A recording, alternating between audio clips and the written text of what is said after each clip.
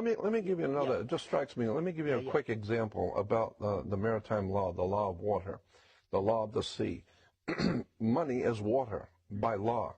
So when a ship, this is why all ships are female by law. All ships, rocket ship, sailing ship, air ship, it doesn't matter. If it's a ship, it's female. Right. Because the captain always refers to his ship as she. Right. She's a good ship, or she's done this. Why she? Because she delivers the product. Right. The Without vessel. she, there is no product, right? It's a vessel. It's a Of course, it is a vessel. So is your body. It's a vessel that produces a product. Right.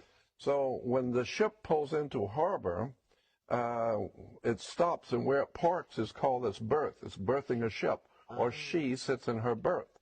And every item on that ship, coming out that ship, is money. It's money changing hands. Right. And it came in on water. So it's called. So every piece has to have what is called a certificate of manifest, because she is sitting in her berth. That's why when you were born, I had a birth certificate. your mother's water broke. You were inside a container of water. Her water broke, and you came out, and therefore you have to have a birth certificate. Wow. And it's got to be signed by the dock, because that's where the ship is sitting. The dock is where the ship sits. It's funny. So once you begin to see how the words and terms are all based on maritime admiralty, the law of water, the cash flow, the liquid asset.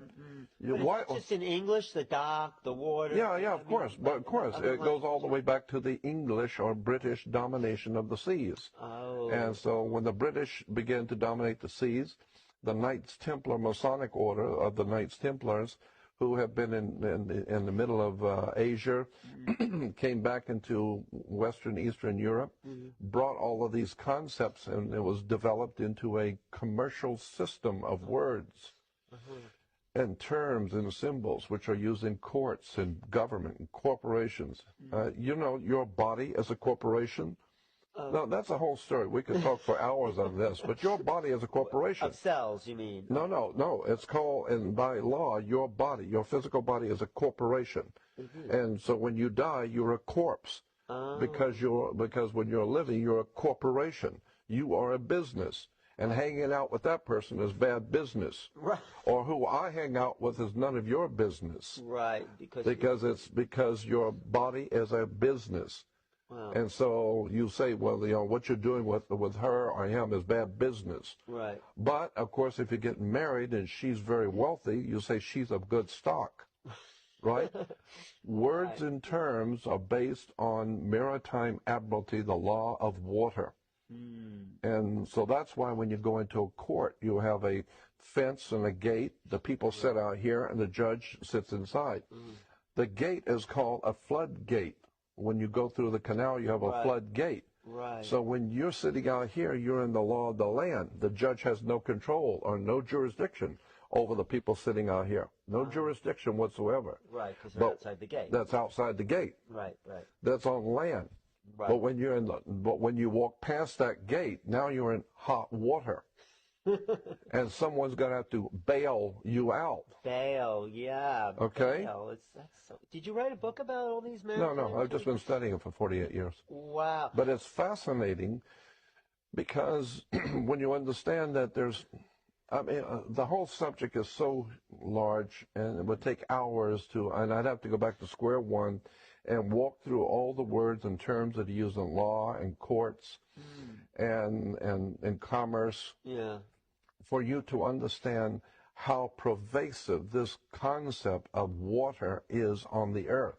Wow. The law of water, maritime admiralty, it's an extraordinary story about how governments rule the world. And unless you understand this, you're never going to figure out what's going on. Look at it. When you walk into a courtroom and they call your name, you get up and you put your hand on the gate and you open the gate. The moment you put your hand on the gate, by international law, you of your own volition have opened yourself up to maritime admiralty law, because you were on the law of the land. As long as you don't touch that gate and go through it, you haven't opened the floodgate. Now, once you open the floodgate, there's a piece of wood on top of that gate, and it's called the bar, and you're not licensed to pass the bar.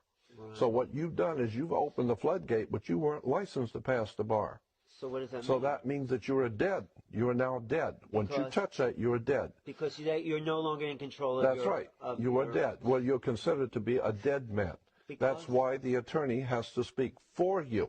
He has to represent you. Why are you dead? Because you went into the deep water and you died. You drowned. Because you weren't licensed. Because you weren't. Right. You were not licensed to pass the bar. And the bar represents a sandbar in the ocean. But the bar is what the attorneys are licensed to pass, but you're not.